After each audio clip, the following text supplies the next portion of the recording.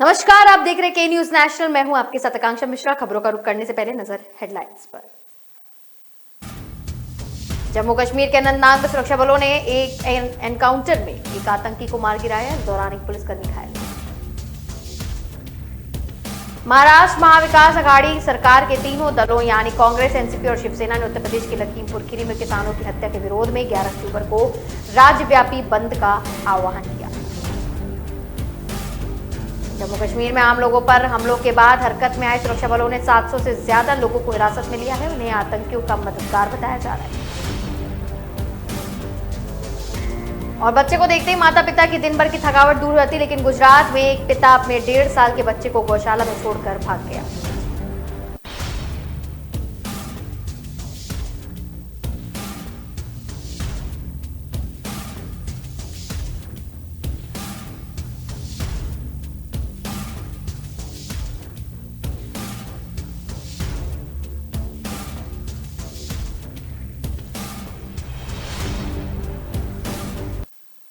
तो बुलेटिन की शुरुआत करेंगे अहम खबरों के साथ। बता दें कि जम्मू कश्मीर के अनंतनाग में सुरक्षा बलों ने एनकाउंटर में एक आतंकी को मार गिराया है। इस दौरान एक पुलिसकर्मी घायल हुआ है। कश्मीर जोन पुलिस ने बताया कि ऑपरेशन जारी है। यहां 2 आतंकवादियों के छिपे होने की आशंकाएं भी जताई जा रही हैं। वहीं बांदीपोरा के हाजिन इलाके में सुरक्षाकर्मियों और आतंकवादियों के बीच मुठभेड़ चल रही है। इसमें सुरक्षा बलों ने दहशतगर्द को मार गिराया है। पुलिस टीम और सुरक्षा बलों की ओर से सर्च ऑपरेशन चलाया जा रहा है। कश्मीर के आईजीपी विजय कुमार ने बताया कि बांदीपोरा में मारे गए आतंकवादी की पहचान इम्तियाज अहमद डार के रूप में हुई है। वह आतंकी संगठन लश्कर-ए-तैयब से जुड़ा हुआ था। डार बांदीपोरा के शाहगुंड में हाल ही में हुई नागरिकों की हत्या में भी शामिल था। महाराष्ट्र महाविकास आघाड़ी सरकार के तीनों दलों यानी कांग्रेस, एनसीपी और शिवसेना ने उत्तर प्रदेश के लखीमपुर खीरी में किसानों की हत्या के विरोध में 11 अक्टूबर को राज्यव्यापी बंद का आह्वान किया। शिवसेना के राज्यसभा सांसद संजय राउत ने बंद से पहले कहा कि तीनों दलों के नेता और कार्यकर्ता इस बंद को सफल बनाने का पूरा प्रयास करेंगे। कांग्रेस प्रवक्ता सचिन सावंत ने कहा कि लोगों को केंद्र सरकार की किसान विरोधी नीतियों के प्रति जागरूक करने की जरूरत है। इस संघर्ष में किसान अकेले नहीं है और उनके साथ एकजुटता दिखाने की प्रक्रिया महाराष्ट्र से शुरू होनी चाहिए। राष्ट्रवादी कांग्रेस पार्टी के प्रवक्ता नवाब मलिक ने कहा कि आधी रात से ही प्रदेश व्यापी बंद की शुरुआत हो चुकी है। शिवसेना, एनसीपी और कांग्रेस के कार्यकर्ता नागरिकों से मिल रहे हैं और उनसे बंद में शामिल होने तथा किसानों के साथ एकजुटता दिखाने का आग्रह भी कर रहे हैं। जानकारी के मुताबिक राज्य के ज्यादातर जिलों में कृषि उपज मंडियों में कामकाज बंद रहेगा। कृषि उपज मंडी ट्रेडर्स एसोसिएशन ने राज्य के किसानों से भी आग्रह किया कि 11 अक्टूबर को कृषि उपज लेकर मंडियों में न आए।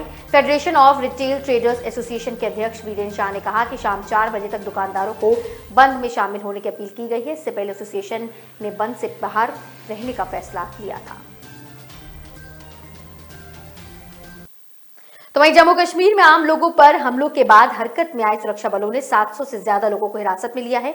इन्हें आतंकियों का मददगार बताया जा रहा है। पिछले एक हफ्ते में घाटी में आतंकियों ने कश्मीरी पंडित से लेकर हिंदू और सिख समुदाय के लोगों के साथ स्थानीय नागरिकों को भी निशाना बनाया है। उन्होंने 7 लोगों की हत्या कर दी है। एजेंसी की माने तो एक पुलिस अधिकारी ने नाम जाहिर न करने की शर्त पर बताया कि हिरासत में लिए गए 700 लोगों को प्रतिबंधित धार्मिक और आतंकी समूह से लिंक किया गया है। उन्होंने कहा कि आम लोगों के हत्यारों को खोजने में कोई कसर नहीं छोड़ी जाएगी। इस मसले पर जम्मू कश्मीर के आईजी विजय कुमार से बातचीत की गई, लेकिन उन्होंने कुछ भी कहने से इनकार कर दिया है। जम्मू कश्मीर पुलिस ने सर्विलांस की हत्या के मामले में 4 लोगों को रविवार रात गिरफ्तार किया है। वहीं 5 अक्टूबर को बांदीपुरा इलाके में शाहकुंज इलाके में रहने वाले मोहम्मद शफी के नाम के व्यक्ति की हत्या की गई थी। पुलिस के मुताबिक वारदात को लश्कर-ए-तैयब के टीआरएफ ग्रुप के हैंडलर लाला उमर के कहने पर अंजाम दिया गया था। इसके अलावा भी कई अपराधियों की तलाश की जा रही है। वहीं बच्चों को देखते ही माता पिता की दिन भर की थकावट दूर हो जाती है, लेकिन गुजरात का एक ऐसा वाक्य है जहां एक पिता अपने 1.5 साल के बच्चे को गौशाला में छोड़कर भाग गया। गांधीनगर गौशाला की गेट पर बच्चे के रोने की आवाज सुनकर शुक्रवार की रात करीब 8:30 बजे एक कर्मचारी ने पुलिस को फोन लगाया, जिसके बाद पुलिस ने खोजबीन शुरू की। मामले की जानकारी मिलने पर गुजरात के गृह मंत्री सिंघवी को मिली तो उन्होंने तुरंत बच्चे के पिता का पता लगाने के लिए कहा। गृह मंत्री के निर्देश पर पुलिस एक्शन मोड में आ गई। गांधीनगर के एसपी मयूर चावड़ा ने करीब 100 पुलिसकर्मियों को बच्चे के पिता को खोजने के काम में लगा दिया। गौशाला से शुरू करके गांधीनगर से 65 सीसीटीवी फुटेज कैमरों के खंगाले गए। इस दौरान पता चला कि गौशाला के पास एक कार आई थी। नंबर ट्रेस करने में के बाद पता चला कि सचिन दीक्षित नाम की व्यक्ति इसमें सवार था। कार का सुराग मिलने के बाद आसपास के 45 गांव में पूछताछ की गई। साथ ही सचिन के मोबाइल की से जानकारी निकाली गई। मोबाइल नंबर मिलने पर उसकी लोकेशन ट्रेस हो गई। एक के बाद एक कड़ियां जुड़ने के बाद पुलिस ने आखिरकार बच्चे के पिता की लोकेशन का असल में पता लगा ही लिया और पूरे 24 घंटे की मेहनत के बाद शनिवार रात को गुजरात पुलिस राजस्थान के कोटा पहुंची, जहां से बच्चे के पिता को गांधीनगर लाया गया। पुलिस की पूछताछ में पता चला कि सचिन दीक्षित ने ही बच्चे को गौशाला के गेट पर छोड़ा था। इसके बाद वह कोटा भाग निकला था। उसकी सेंट्रो कार से बच्चे का एक जूता भी पुलिस ने बरामद किया है। पूछताछ में सचिन ने बताया कि बच्चे का नाम शिवांश है। पुलिस की पूछताछ में पता चला कि वह वडोदरा की एक कंपनी में असिस्टेंट मैनेजर की नौकरी करने वाले सचिन के परिवार में माता पिता, पत्नी और 5 साल का बेटा है। उसकी पत्नी अनुराधा GIDC में अपनी कंपनी चलाती है। अनुराधा ने पुलिस की पूछताछ में कहा कि वह इस बच्चे की मां नहीं है। साथ ही उन्होंने इस बच्चे के बारे में कोई भी जानकारी होने से इनकार कर दिया है। इसकी जानकारी के बाद पुलिस के सामने सवाल खड़ा हो गया कि बच्चे की असली मां आखिरकार है कौन। तो सचिन ने जिन कारणों में अपने बच्चे को गौशाला में छोड़ दिया था, इन सभी सवालों के जवाब पाने के लिए सचिन से पूछताछ की जा रही है। जवाब मिलने के बाद इस राज से पर्दा उठ पाएगा। वहीं प्रधानमंत्री नरेंद्र मोदी किसी भी बड़े मुद्दे पर फैसला लेने से पहले 2-3 बार बैठक करते हैं। वे विरोधी की बात भी धैर्य के साथ सुनते हैं। यह बात रविवार को गृह मंत्री अमित शाह ने संसद टीवी को दिए इंटरव्यू में कहा। गृह मंत्री ने कहा कि उन्होंने प्रधानमंत्री के काम करने के अंदाज को काफी करीब से देखा है। किसी भी मसले पर जब कोई बैठक होती है तो मोदी जी कम बोलते हैं। उन्होंने मोदी जी जैसा अच्छा श्रोता नहीं देखा। उन्होंने ये भी कहा कि पीएम पर निरंकुश होने का जो आरोप विपक्ष लगाता है वह निराधार है। शाह ने कहा कि मोदी अच्छी सलाह देने वाले लोगों की बात को प्राथमिकता देते हैं। इससे फर्क नहीं पड़ता कि सलाह देने वाला व्यक्ति कौन है। उनकी आलोचना करने वाले भी इस बात को मानते हैं कि इससे पहले भी किसी कैबिनेट ने इतने स्वतंत्र रूप से कभी काम नहीं किया। अमित शाह ने कृषि सुधार कानून के मुद्दे पर भी पीएम मोदी को बचाव किया है। उन्होंने कहा कि इस कानून के बारे में चिंता करने जैसी कोई बात नहीं है। वहीं गृह मंत्री ने बिल को किसानों के लिए उठाया गया जरूरी कदम करार दिया है। बता दें कि शाह ने कहा कि 11 करोड़ किसान को हर साल 6,000 रुपए दिए जा रहे हैं। इसका मतलब है कि किसानों को हर साल 1.5 लाख करोड़ रुपए मिल रहे हैं। कुछ समय पहले यूपीए सरकार ने 60,000 करोड़ का लोन माफ कर दिया था। ये पैसे बैंकों को तो मिल गए थे, लेकिन किसानों के हाथ में कुछ भी नहीं आया था। लेकिन एनडीए सरकार द्वारा दिए गए 1.5 लाख करोड़ सीधे किसानों तक पहुंचे हुए। फिलहाल बुलेटिन में वक्त हो चला एक छोटे से ब्रेक का। आप कहीं मत जाइएगा।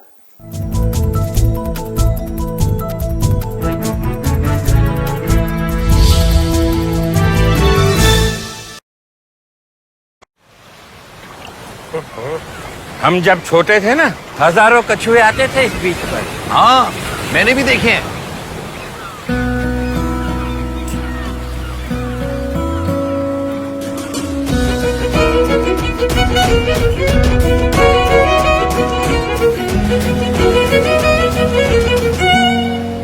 क्या कर रही हो बेटा? कछुओं के लिए जगह बना रही हूँ ताकि वो दोबारा वापस आ सके। मुझे भी तो देखने हैं कछुए।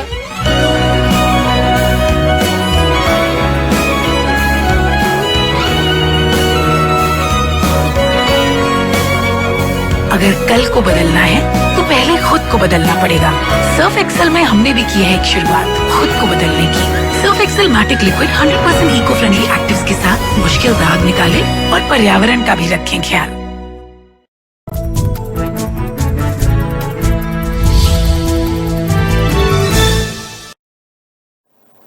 तो ब्रेक के बाद आपका फिर से स्वागत है। रुक करेंगे आगे की खबरों की ओर, जहां राष्ट्रीय जांच एजेंसी ने वॉइस ऑफ हिंद मैगजीन के प्रकाशन और आईडी के बरामदगी के मामले में जम्मू कश्मीर में 16 जगहों पर छापेमारी की। एजेंसी ने रविवार को श्रीनगर समेत अनंतनाग, कुलगाम और बारामूला में ही 9 स्थानों पर छापेमारी करी है।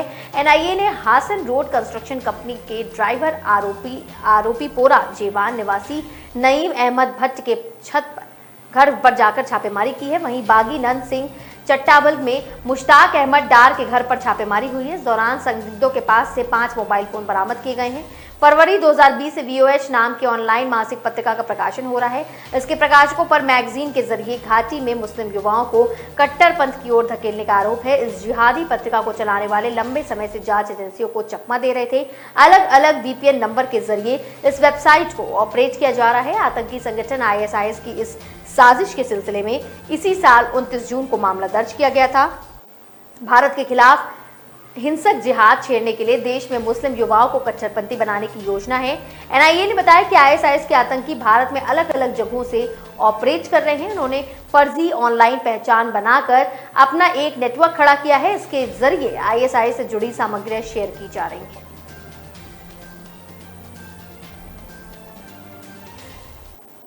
तो कोयले की कमी से पंजाब में पैदा हुए बिजली संकट से किसान भड़क उठे हैं। किसान विरोध में भारतीय किसान union Jalandhar Delhi national highway जाम कर दिया गया है। यह जाम जालंधर से लुधियाना जाते हुए रास्ते में मैकडॉनल्ड्स के पास रहेगा। इस दौरान अमृतसर और लुधियाना की तरफ आवाजाही भी बंद रहेगी। यह जाम कितनी देर तक रहेगा, इसको लेकर अभी किसान नेताओं ने कुछ भी स्पष्ट नहीं किया है। उन्होंने कहा है कि जब तक पंजाब सरकार या बड़े अफसर कोई ठोस हल नहीं निकाल लेते हैं, उनका प्रदर्शन जारी रहेगा।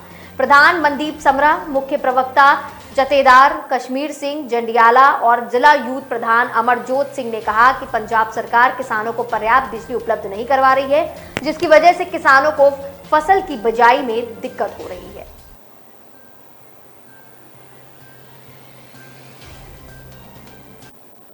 तो वहीं नवजोत सिंह सिद्धू और मुख्यमंत्री चरणजीत सिंह चन्नी के बीच की दूरियां लगातार बढ़ती जा रही हैं। चरणजीत सिंह चन्नी के बेटे की रविवार को शादी थी और इसमें पंजाब कांग्रेस की बड़ी बड़ी हस्तियां शामिल हुई, मगर इसमें दो बड़े चेहरे गायब रहे, नवजोत सिंह सिद्धू और कैप्टन अमरिंदर सिंह। नवजोत सिंह सिद्धू तो अभी पार्टी में ही हैं और पंजाब प्रदेश कांग्रेस कमेटी के अध्यक्ष भी हैं, मगर कभी चन्नी कैप्टन अमरिंदर सिंह के बेहद खास रह चुके हैं, लेकिन इन दिनों वह पार्टी के कारण उनसे दूर हो गए हैं। लेकिन मुख्यमंत्री के बेटे की सादगी भरी शादी जितना चर्चा में रही, इन दोनों बड़े नेताओं का शादी में नहीं पहुंचना उतना ही विवाद में भी रहा। खास बात इसमें यह थी कि सिद्धू के साथ विजय इंद्र सिंगला भी शादी से दूर रहे। शादी के बाद कांग्रेस की अगली रणनीति पर भी सवाल उठ रहे हैं। कहीं कांग्रेस में 3 माह पहले जैसे हालात तो नहीं बनते जा रहे।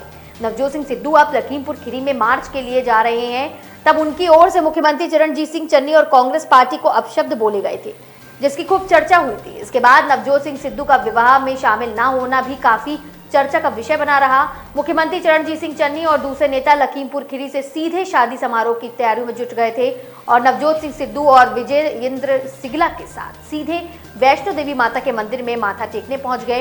एक तरफ मुख्यमंत्री के बेटे की शादी की फोटो फेसबुक पर चर्चित रही, तो दूसरी तरफ सिद्धू और सिंगला की वैष्णो देवी माता की मंदिर की फोटो वायरल हो रही है। पंजाब में बिजली संकट गहरा रहा है। कोयले की कमी से बिजली उत्पादन गिरकर आधे से भी कम हो गया है। प्रदेश में 6वां थर्मल प्लांट यूनिट बंद करना पड़ा। रविवार को गोइंदवाल साहिब की एक यूनिट बंद करनी पड़ी। हालांकि पहले बंद हुई 5 यूनिट में से एक को बाद में चला दिया गया है। इस वक्त प्राइवेट थर्मल प्लांट के पास 36 घंटे का कोयला बचा है। वहीं सरकारी थर्मल प्लांटों के लिए रविवार को 11 रैक कोयला पहुंचा है, जिसे प्लांट तक जाने में 2 से 3 दिन लगेंगे। जो प्लांट चल रहे हैं उनमें भी क्षमता से अधिक बिजली उत्पादन हो रहा है। इन हालातों से तो साफ है कि पंजाब के लोगों को अभी भी 15 अक्टूबर तक 4 से 6 घंटे के बिजली कट को झेलना पड़ेगा।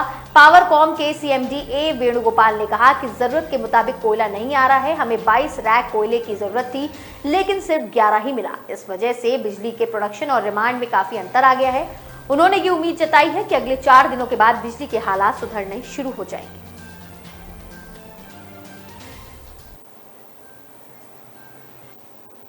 तो पाकिस्तान के सबसे बड़े nuclear scientist doctor Abdul Qadeer Khan का रविवार सुबह 85 साल की उम्र में निधन हो गया। उन्होंने मुस्लिम देशों का पहला एटॉमिक बम बनाया था, इसलिए उन्हें इस्लामिक न्यूक्लियर बॉम्ब का जनक भी कहा जाता है।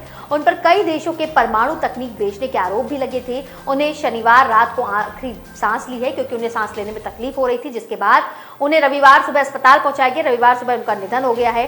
भारत ने मई में 1988 में राजस्थान के पोखरण में 5 न्यूक्लियर बम का परीक्षण किया था। इसके जवाब के तौर पर डॉक्टर कदीर की अगुवाई में पाकिस्तान ने भी न्यूक्लियर परीक्षण किया। इसके बाद वे सिर्फ पाकिस्तान में ही नहीं बल्कि इस्लामिक दुनिया में भी हीरो बन गए थे। इस परमाणु के बाद पाकिस्तान परमाणु हथियार रखने वाले मुस्लिम देशों में अकेला और दुनिया का 7वां देश बन गया। अब्दुल कदीर खान का जन्म 1 अप्रैल 1936 को मध्य प्रदेश के भोपाल में हुआ था। बंटवारे के समय उनका परिवार पाकिस्तान चला गया। डॉक्टर कदीर खान पाकिस्तान के पहले नागरिक थे जिन्हें 3 प्रेसिडेंशियल अवार्ड्स दिए गए हैं। उन्हें 2 बार निशान-ए-इम्तियाज और 1 बार हिलाल-ए-इम्तियाज से सम्मानित भी किया गया था।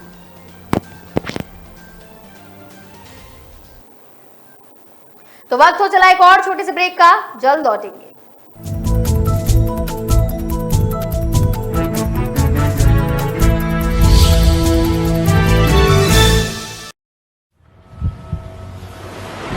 इरादा बदल गया पार्टनर।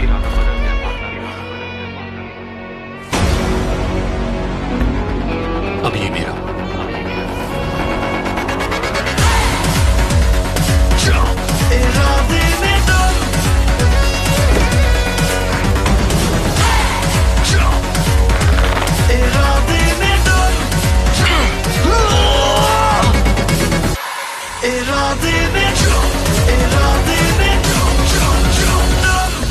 इरादे स्ट्रांग होने चाहिए।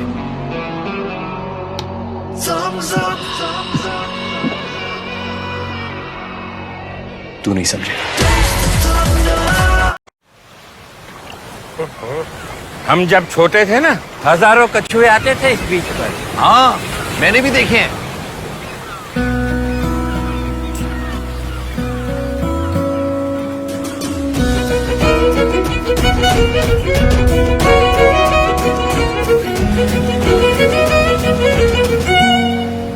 क्या कर रहे हो बेटा? कछुओं के लिए जगह बना रही हूँ ताकि वो दोबारा वापस आ सके। मुझे भी तो देखने हैं कछुए।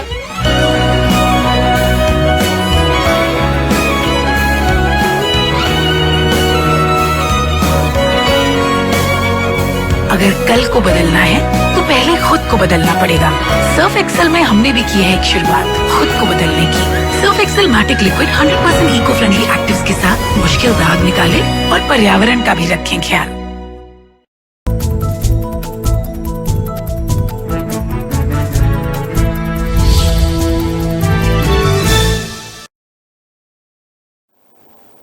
ब्रेक के बाद आपका फिर से स्वागत है। बताएंगे आपको आगे खबरों की ओर, जहां रूस के तातरस्तान इलाके में एक छोटा प्लेन क्रैश हो गया।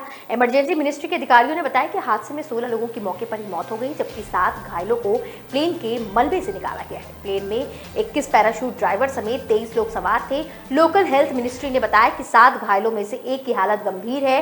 इमरजेंसी सर्विस के मुताबिक मरने वाले 16 लोगों में प्लेन के 2 पायलट भी शामिल हैं। जिन 7 लोगों को मलबे से जिंदा निकाला गया वे भी बुरी तरह घायल हुए हैं। प्रत्यक्षदर्शियों ने बताया कि टेक ऑफ के तुरंत बाद ही प्लेन जमीन पर आ गिरा था। गिरते ही प्लेन की बॉडी पूरी तरह से चकनाचूर हो गई और इसकी टेल का हिस्सा भी साफ दिखाई दे रहा है।